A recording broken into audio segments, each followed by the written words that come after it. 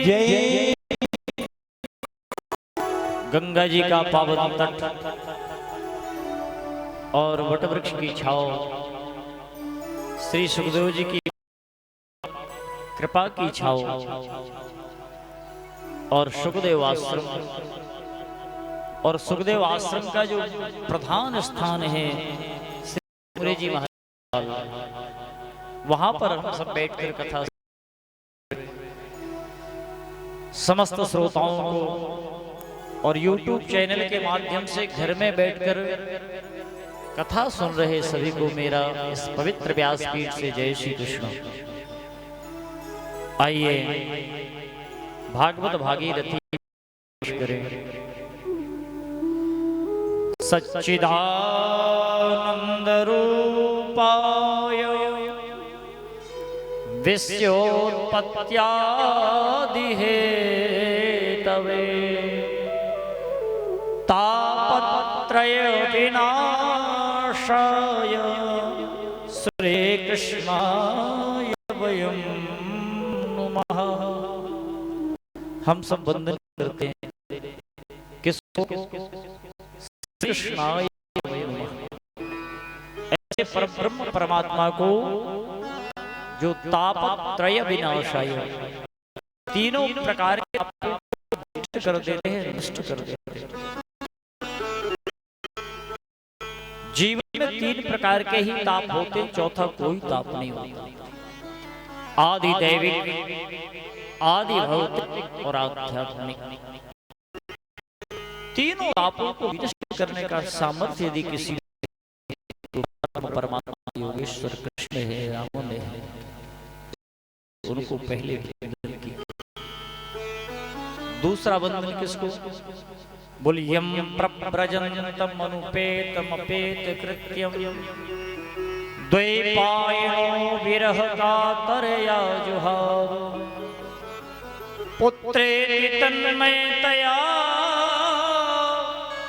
तरवोभिनेन्दु तम सर्वभूत हृदयं मुनिमानतोऽस्मि। श्री सुखदेव जी महाराज जो 12 वर्ष के हैं और मां के गर्भ से निकलकर वन की ओर जा रहे,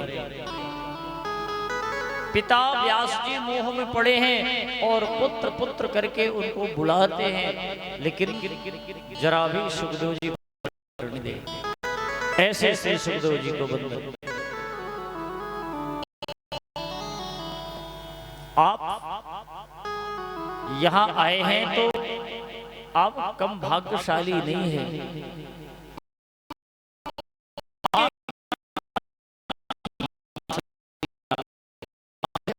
होना ही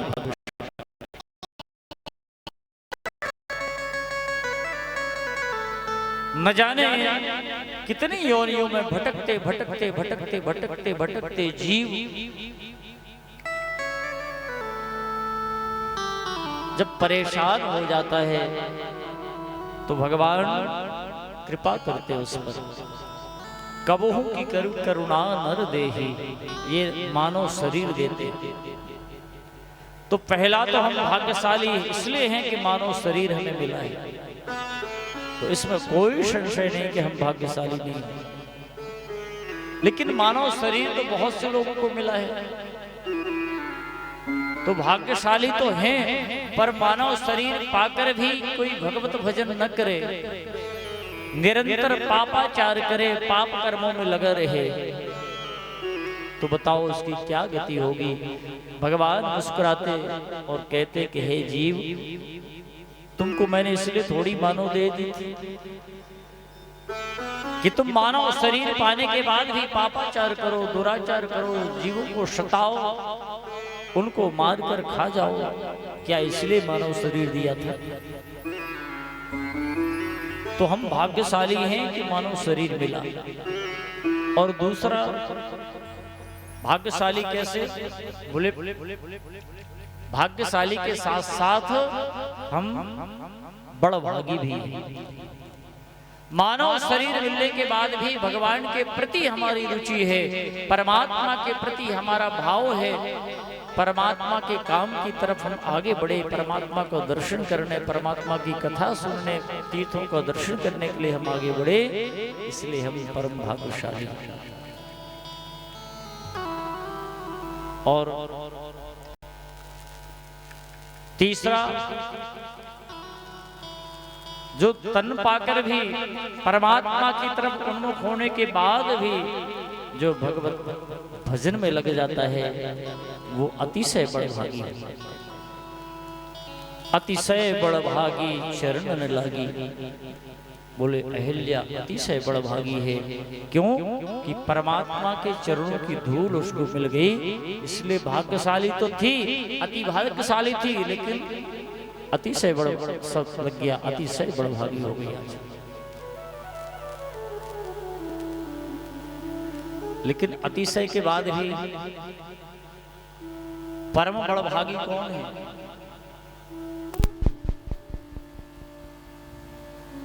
परम बड़भागी कौन है?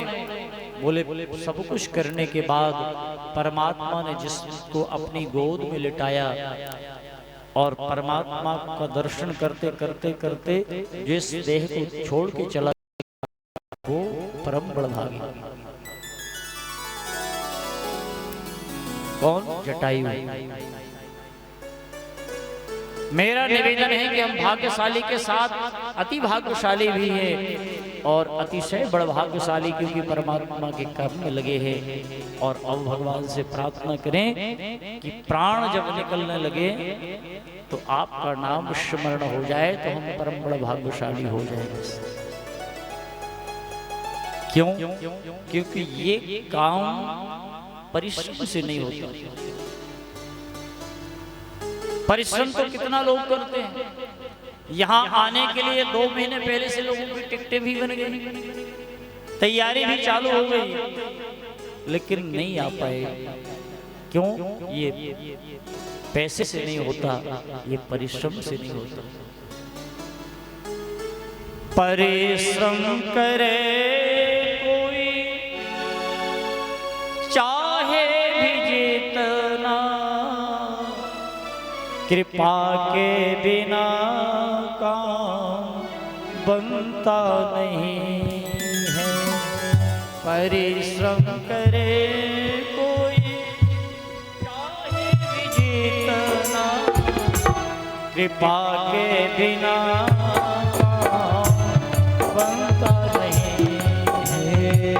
कृपा के बिना काम बनता नहीं है। कृपा के बिना काम बनता नहीं है।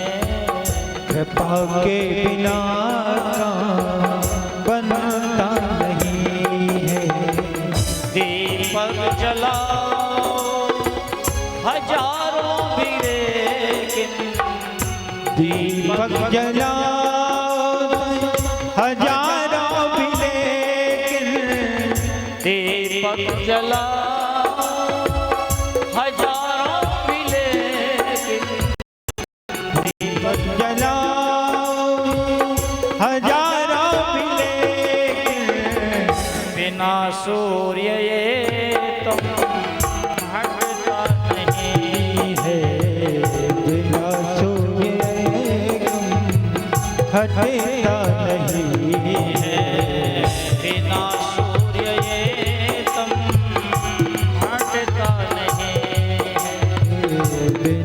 सूर्येकम हटता नहीं है। हम कितना भी प्रयास क्यों न कर लें, लेकिन जब तक उसकी कृपा नहीं होगी तब तक हम आ भी नहीं सकते। इसलिए देहाभिमान कभी मत करो कि अरे हमारे शरीर में तो बहुत ताकत है, बहुत फुर्ती, हम तो कहीं भी चले जाएंगे। अरे महाराज जी, पैसे की कोई कमी नहीं है, आप तो जब जहां को हम चलने को तैयार हैं। जिन लोगों ने इस तरह की भाषा बोली वो कभी आ ही नहीं पाई। लेकिन कई लोग, हमारे बीच में एक माता जी आई है, बेचारी सब्जी बेचती है, और 2 दिन पहले उनको पता लगा सुकताल के बारे में, और उनकी बड़ी प्रबल इच्छा थी, और हमसे कह रही थी वो कि पंडित जी, हम कई तीर्थों में अनेक बार हुआ है, लेकिन सुकताल आने की बड़ी ललक थी, बड़ी इच्छा थी, लेकिन हमें पता लगा और हमने आपसे बात की और तत्काल तैयारी हो गई और हम आ भी गए। ये कहलाती है कृपा। लेकिन कृपा मिलती कब है? जब हम भीतर से प्रार्थना करते हैं, जिज्ञासा करते हैं, सोचते हैं कि प्रभु मुझे बुला लो, मुझे आपके दरबार में आना है। और मैं एक निवेदन करूं आपसे, इससे अच्छा अवसर कुछ हो ही नहीं सकता। आप किसी भी तीर्थ क्षेत्र में जाएंगे, 1 दिन के लिए जाएंगे, 2 दिन के लिए जाएंगे, 10 जगह परेशान होंगे, धर्मशाला देखेंगे, होटल देखेंगे, तब कहीं एक जगह कमरा मिलेगा और सामने वाला कहेगा भैया कल 10 बजे तक खाली करना है, नहीं तो डबल चार्ज लग जाएगा। अब आपकी ट्रेन है दिन में 4 बजे और दिन में 10 बजे कमरा खाली। शुद्ध भोजन कहाँ मिलेगा? कभी यहाँ देखते, कभी वहां देखते, लेकिन कथा में आप आए हैं, 7 दिन तक भागीरथी में स्नान, दान, पुण्य, कथा सब श्रवण करने का अवसर मिल रहा है। कई लोग कहते हैं महाराज जी थक गए, चढ़ते चढ़ते चढ़ते थक गए। कई लोगों की शिकायत रहती, लेकिन व्यवस्था करना कोई साधारण बात नहीं है। चढ़ना तो पड़ेगा, बिना चढ़े किसी को स्वर्ग मिला ही नहीं आज तक। अरे पांडव तो कहां गए हैं स्वर्ग की सीढ़ी चढ़ते हुए? हम ये सीढ़ी चढ़ने का प्रयास कर रहे हैं। भगवान करे सीढ़ी के प्रयास से स्वर्ग की सीढ़ी हमें सुलभ हो जाए। इसलिए मन में ये भाव रखो कि भगवान कष्ट होगा तो हो, परंतु हमें आप अपनी सीढ़ी चढ़ने का अवसर जरूर देना। ये अभ्यास है। किसी ने कहा महाराज दिन भर माला लिए जपते रहते हो, ये क्या है, क्यों जपते हो? संत ने कहा ये इसलिए जपते हैं ताकि अभ्यास बना रहे, और जब ये शरीर छूटने लग जाए तो भगवान का पावन नाम मुंड पर आ जाए, इसलिए अभ्यास है। ये अभ्यास है। क्यों? जन्म जन्म मुनि जतन कराहे, अंतरा के आवत नाही। जन्म कराही,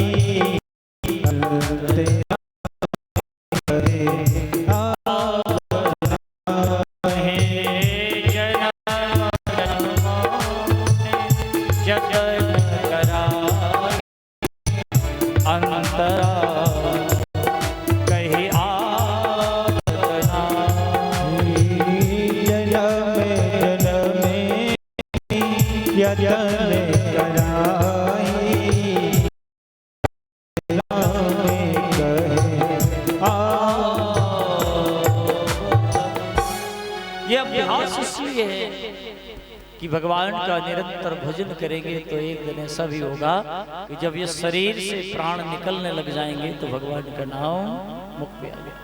और अंत गति सुमति, भगवान का नाम आ गया सोई मोक्ष हो गया। लेकिन हम जीवन पर्यंत धन माया मोह परिवार इसी में लिप्त रहते। अनेक लोग कहते महाराज जी भजन में मन नहीं लगता। बहुत लोगों की शिकायत रहती है महाराज जी भजन में मन नहीं लगता। अब आप कल्पना करो, आप 24 घंटे संसार को देते हैं और 10 मिनट भगवान को देते हैं, उसमें भी मोबाइल बजता है, फिर मोबाइल की तरफ ध्यान जाता, पता नहीं किसका है, क्यों है, किस लिए है, तो मन कैसे लगेगा? मन तो हम संसार में लगाए हैं, नाती पोतों में लगाए हैं, और जितना लगता जाएगा गुड़ में मक्खी की तरह मन चिपकता जाएगा। मक्खी जब गुड़ पर बैठती है और गुड़ गीला होता है तो बड़ी मस्त हो जाती है, मस्त हो गुड़ का पान करने लगती, पंख चिपक जाता है, और जब पंख चिपकता है तो पूरी ताकत से वो पंख को फड़फड़ाती है। ये मोह है मक्खी की पंख की तरह।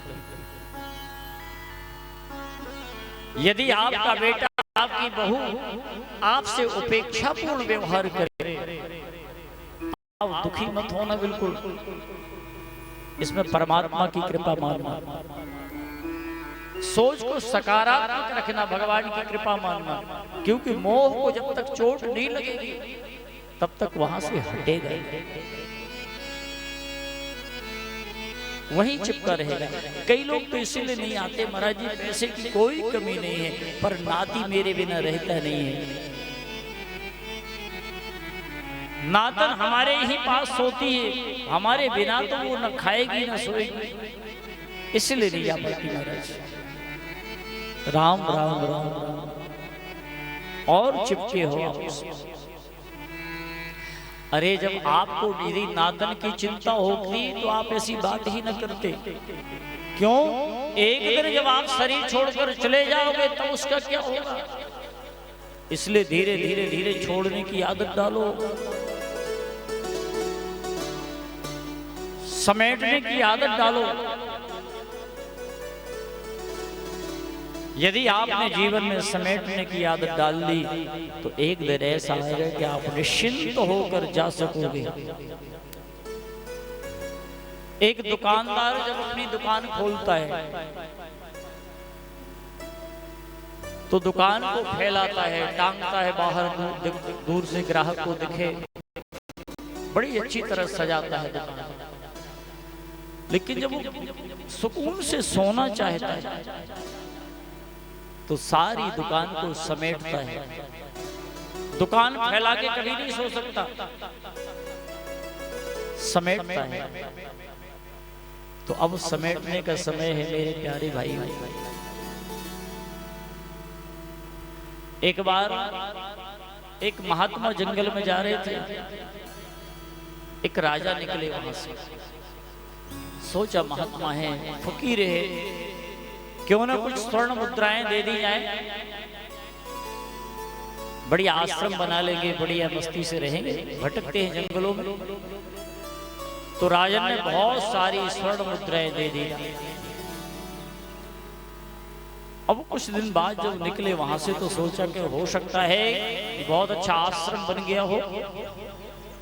देखा तो वो महात्मा उसी तरह दुखी होकर बैठे, दुबले हो गए। राजा ने पूछा क्या बात है महात्मा, मैंने तो इतनी स्वर्ण मुद्राएं दी थी आपको, आप तो चाहते तो बहुत बड़ा आश्रम बना सकते थे। तो महात्मा ने कहा राजन, जब से आपने ये सोना दिया है तब से हमारा सोना भी हराम हो गया। रात को नींद भी नहीं आती कि कहीं कोई चोर ना ले जाए, कहीं कोई उठा के ना ले जाए। हमारी रातों की नींद भी चली गई। पहले मस्त होकर सोते थे, तो मोह कैसे टूटेगा और लोभ कैसे टूटेगा? लोभ में जग गए। ये कथा मोह को तोड़ने की कथा है, ये कथा लोभ को छोड़ने की कथा है। एक एक चीज बताएंगे आपको कि कहाँ क्या चीज छोड़ना है आपको।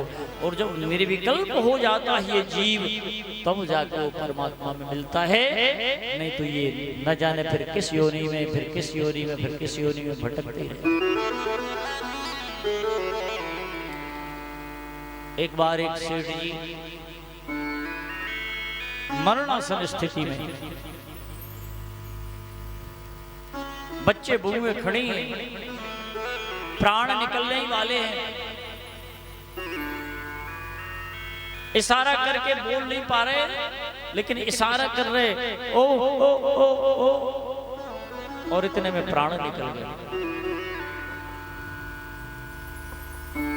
सोचा क्या हो गया। बुआ ने कहा कि कुछ बताना चाह रहे थे, लगता कहीं कुछ धन गड़ा होगा, इसी तरफ इशारा कर रहे थे।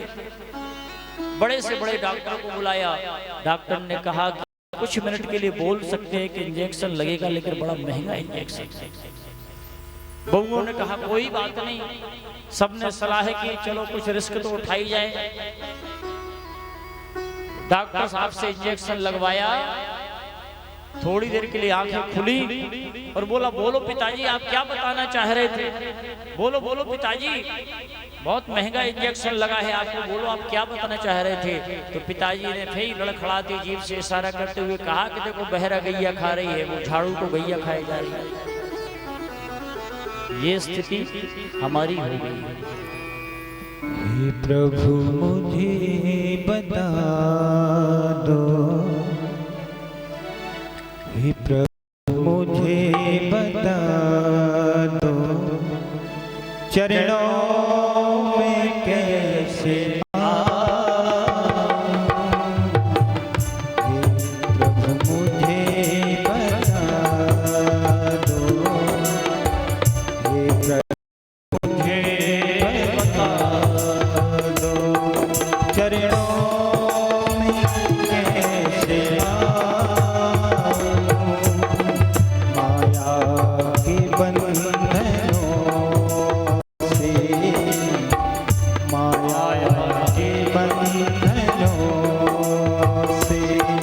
छुटकारा कैसे पाऊं। हे प्रभु मुझे बता दो।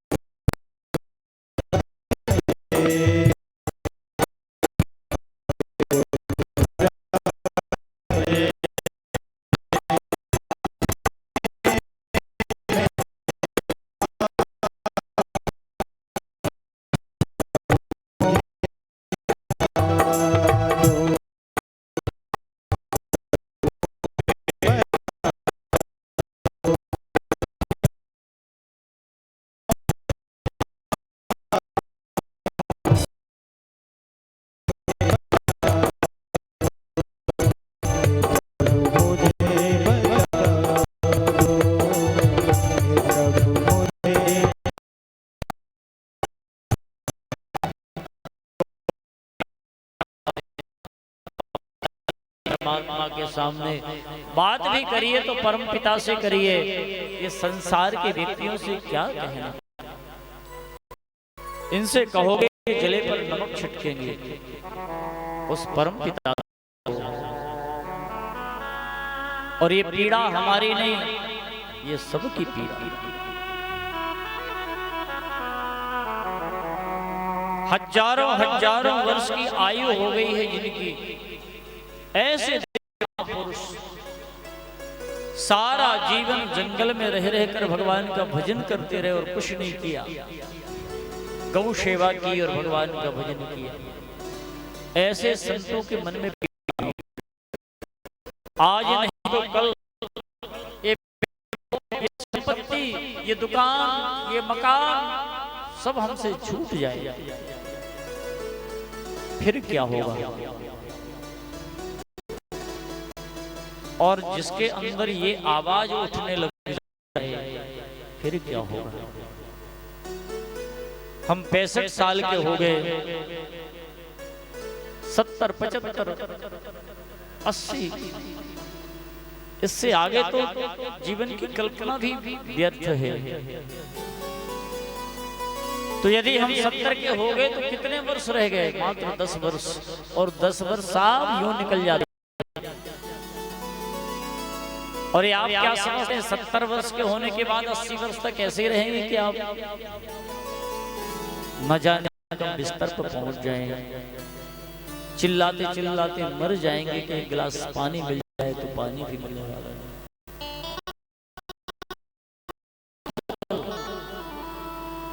अंदर से ये प्रश्न जिस दिन आपके उठने लग जाए, समझ लो भगवान की तरफ आपका मन जाने लगा।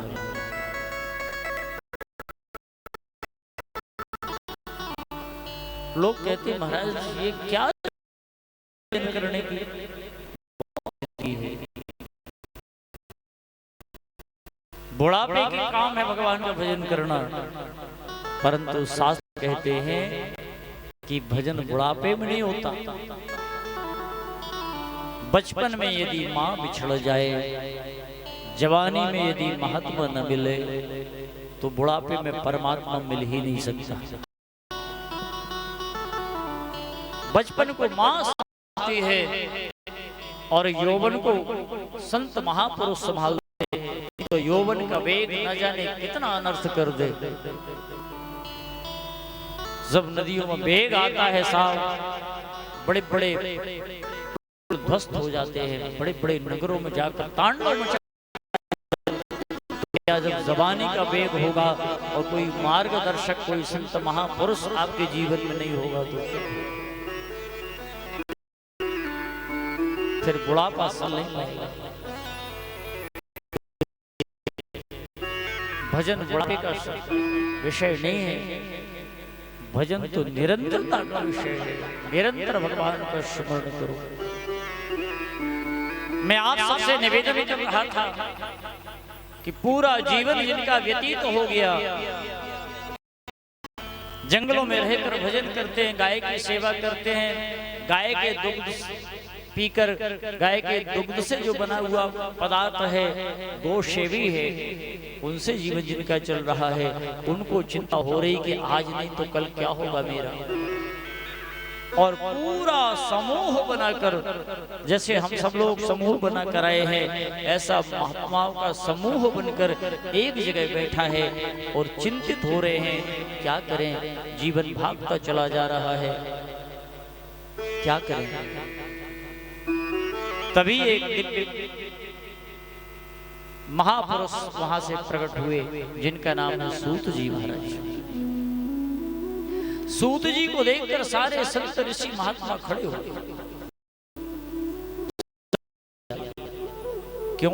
क्योंकि सूत जी परम ज्ञानी है, विद्वान है, और विद्वान का सम्मान और सत्कार सबको करना चाहिए। सारे संतों ने उठकर प्रणाम किया। अब सारे संत 88,000 हैं, पीड़ा सबकी एक ही है, किसी की दूसरी पीड़ा नहीं है, एक ही पीड़ा सबकी कि अब क्या होगा है, अब क्या होगा। तो जो सबसे वयोवृद्ध थे शौनक जी, सबने निवेदन किया शौनक जी से, महाराज आप सूत जी से कोई रास्ता पूछिए, कोई उपाय पूछिए, कोई भगवत चरित्र पूछिए ताकि हम सबका कल्याण हो सके। तो शौनक जी खड़े हो गए और शौनक जी ने कहा, अज्ञान ध्वांत विध्वंस कोटि सूर्य सम प्रभ, सूता क्या ही कथा सारम, मम कर्ण रसायन। हे श्री सूत जी महाराज, हम अज्ञान के अंधकार में भटक रहे थे और इस भटकाव में आप करोड़ों सूर्य के समान तेजस्वी सूर्य के रूप में प्रकट हो गए हैं। आपका तेज करोड़ों सूर्य के समान है।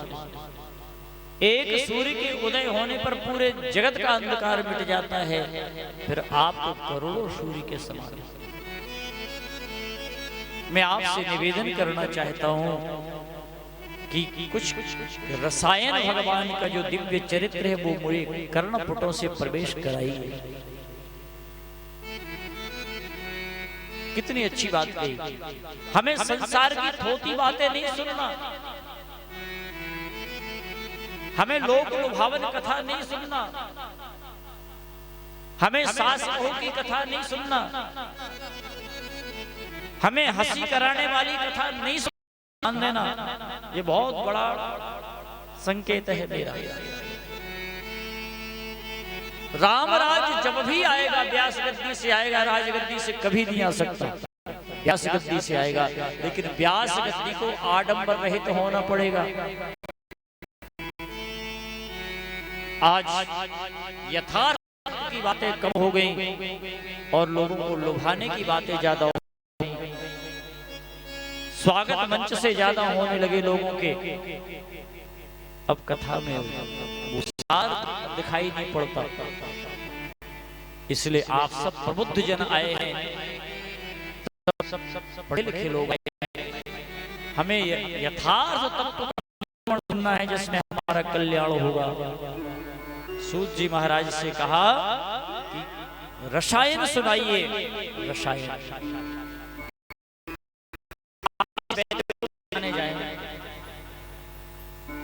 और वेद आपसे कहे कि भैया एक काम करो, फलानी फलानी बढ़िया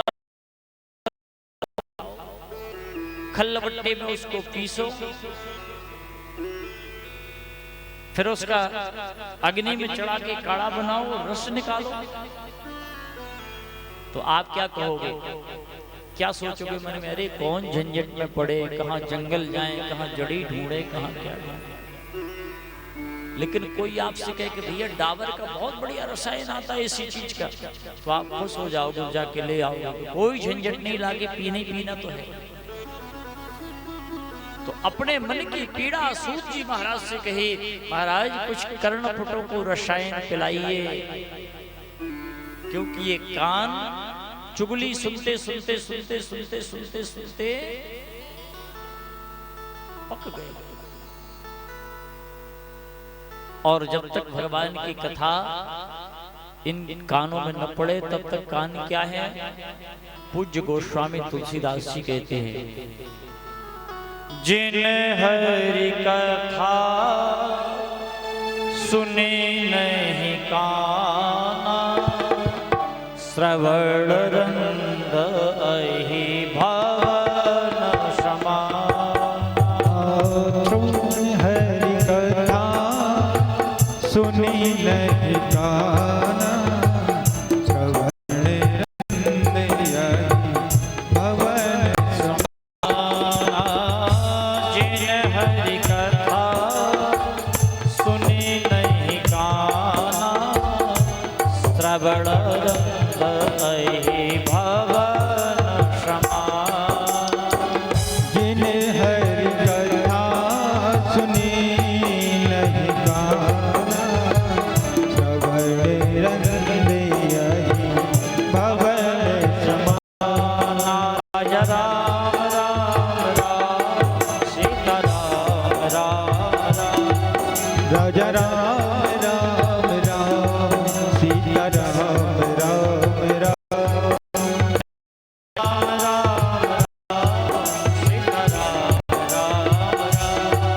राजा राम राम राम, सीता राम राम राम। गाइए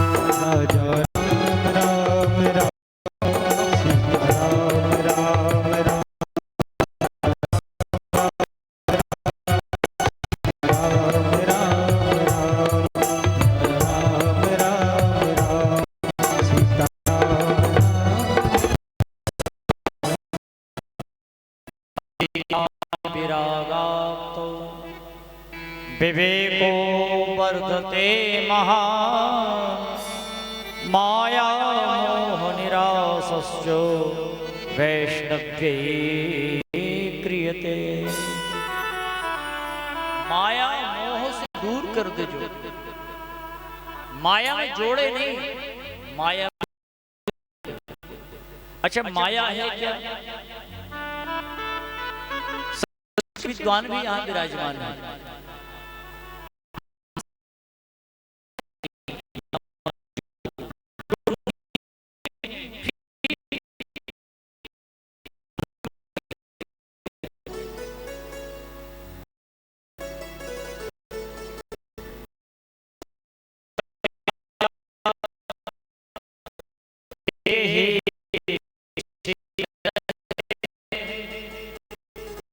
पर दुर्भाग्य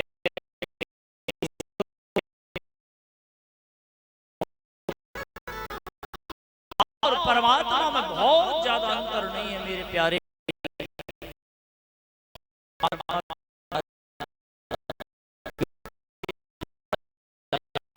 इसके कारण परमात्मा दिखाई नहीं पड़ता। जैसे कभी कभी आप शीशा में अपना चेहरा देखें,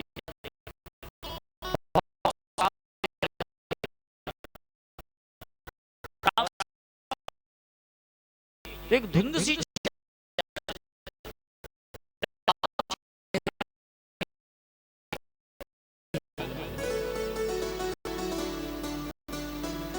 सूत जी महाराज से सोनकादि ऋषि कहते हैं, प्रभु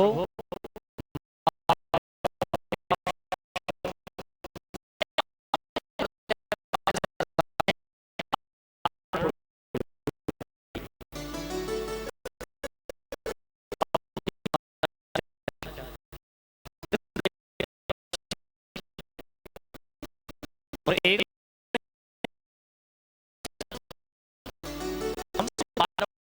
कर रहे हैं तो इन्हें सुनाना तो, लेकिन कहां बैठ भगवान के पावन मंत्रों को सुनने के लिए स्थान का महत्व होता है। किस जगह पर बैठकर सुनाएं?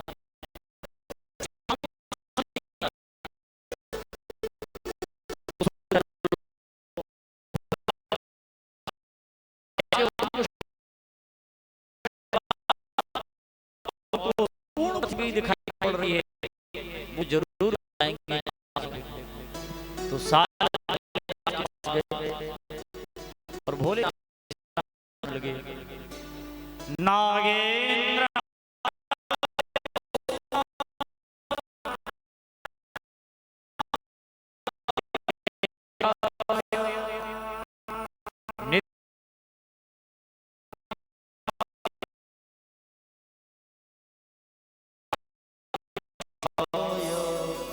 हर हर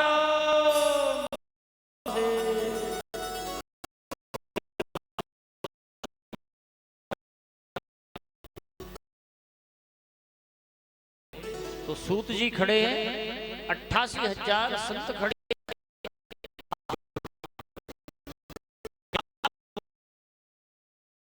हम भगवान के पावन चरित्र को सुनना चाहते हैं और वक्ता के रूप में हमारे पास सूत जी महाराज हैं, लेकिन किस स्थान पर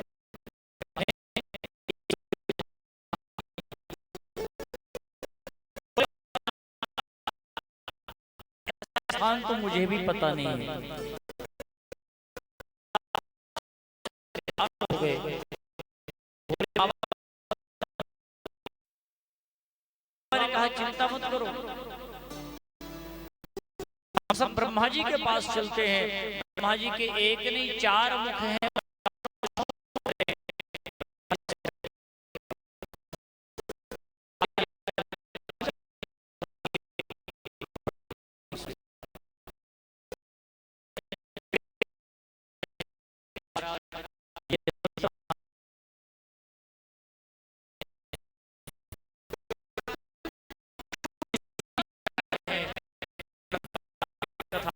कोई स्थान समझ में नहीं आया। ब्रह्मा जी ने कहा भोला, सम्मान देना तो कोई आपसे सीखे, आपको ना हो वैसा हो।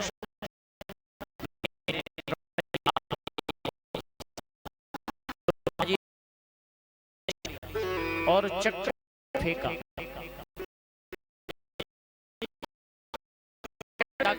अरण्य में गिर गया। अरण्य कहते जंगल को।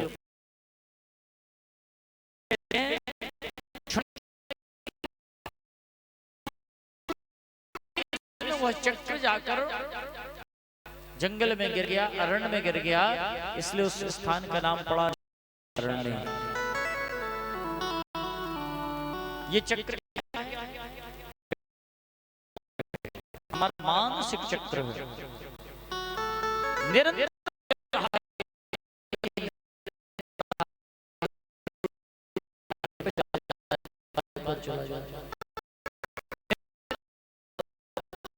हाँ, ये मानसिक चक्र हमारा शांत हो जाए, शांत हो जाए, वही हमारा नैमिषारण्य। और जो नहीं तो बैठेंगे 3 घंटे और कथा जाएगी।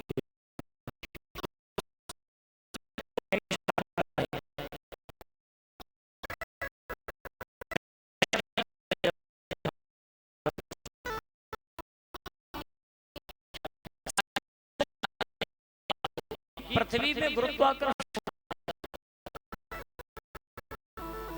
जहां ज्यादा आधा जाके वो शांत हो जाएगा। भक्ति भाव शांत रहेगा, मन लगेगा। जाए बम्बई दिल्ली चले जाए, आप 2 मिनट शांत रहना भी चाहे तो न रह पाएंगे, क्योंकि सब संसार भग रहे हैं।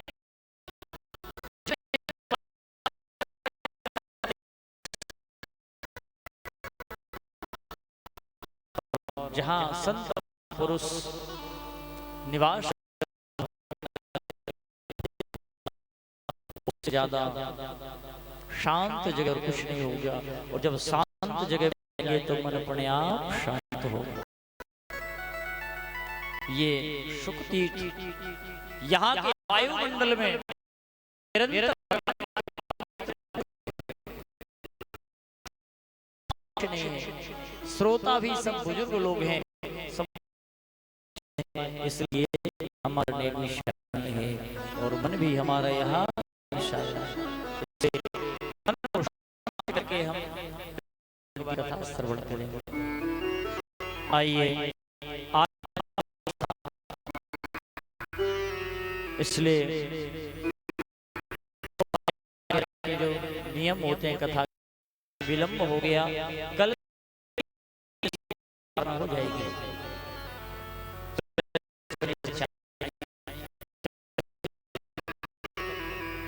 पियो अनेक बार पियो, फिर स्नान जाओ, दर्शन करो, कहीं बैठकर भजन करो, बट भजन करो। 11 बजे से भोजन व्यवस्था रहती है, भोजन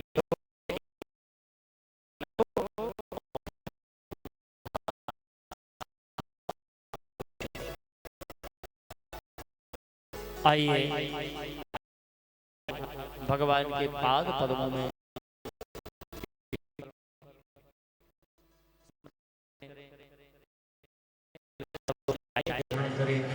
और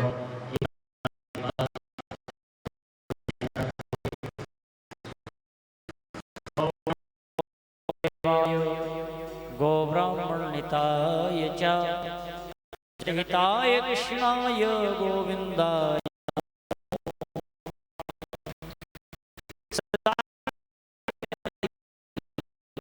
लेकिन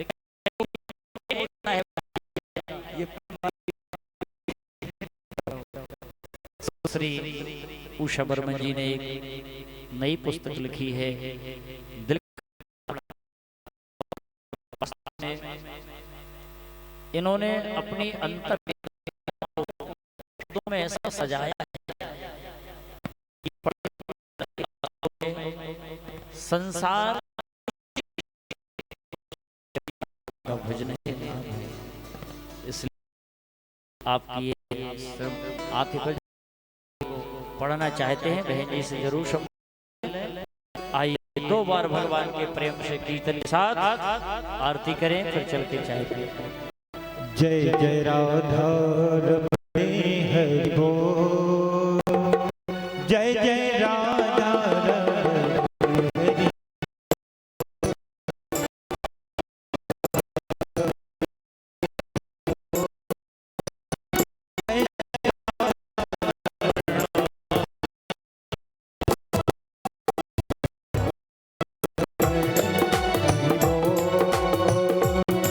जय जय राधा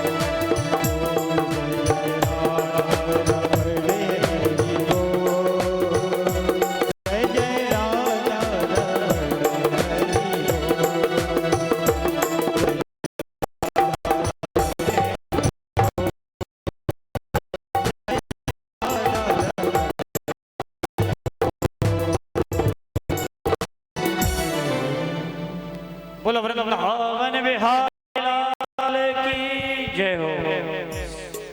सभी भक्तवृंद अपने अपने स्थान पर खड़े हो जाएं। भागवत जी की मंगलमयी आरती। रत्नेश्वर्यै नमः, रात्रै नमः। जलगन्धाक्षपुष्पाणि समर्पयामि।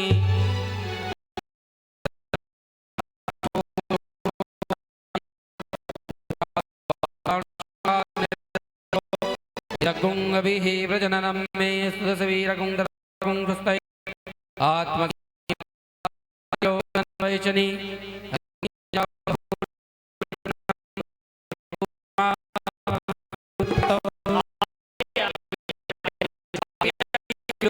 आगे आ जाएं। आरती करने के लिए सब के बिहारी तेरी आरती बाके बिहारी तेरी श्री बाके बिहारी तेरी आरती गाओ प्यारे आपको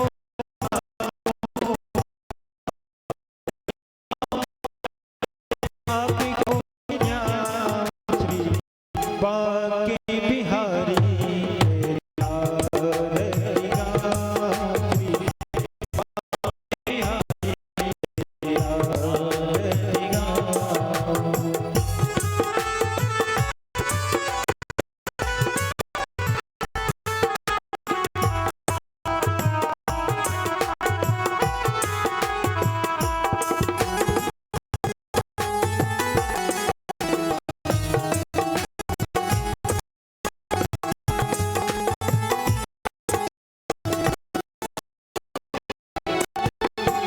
मोरे मुकुट तेरे शीश पे सोहे, मोरे मुकुट तेरे शीश पे सोहे, प्यारी बनती मन मोहे, प्यारी बनती मुनि मन मोहे।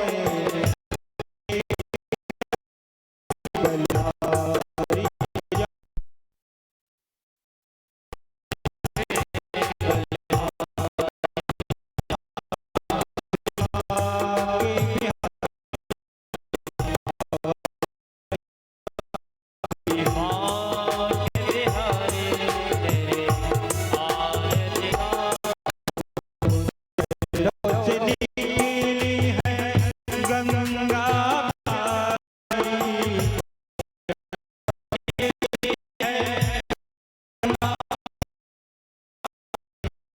ने तारी यारी, जिसने सारी दुनिया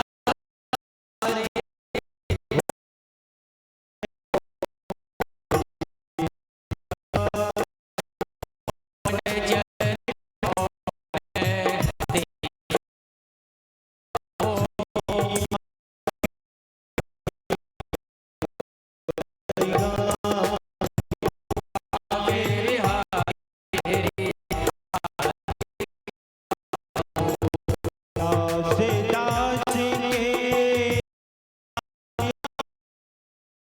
दास अनाथ के दास आप हो, सुख दुख की साथ आप हो,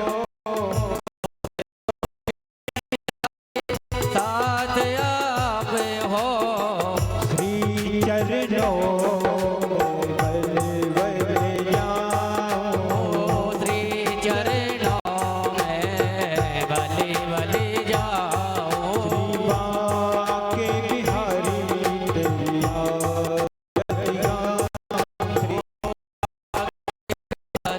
तेरी आरती गाओ। आरती गाऊं प्यारे आरती गाओ प्यारे आपको मनाओ। मनाऊं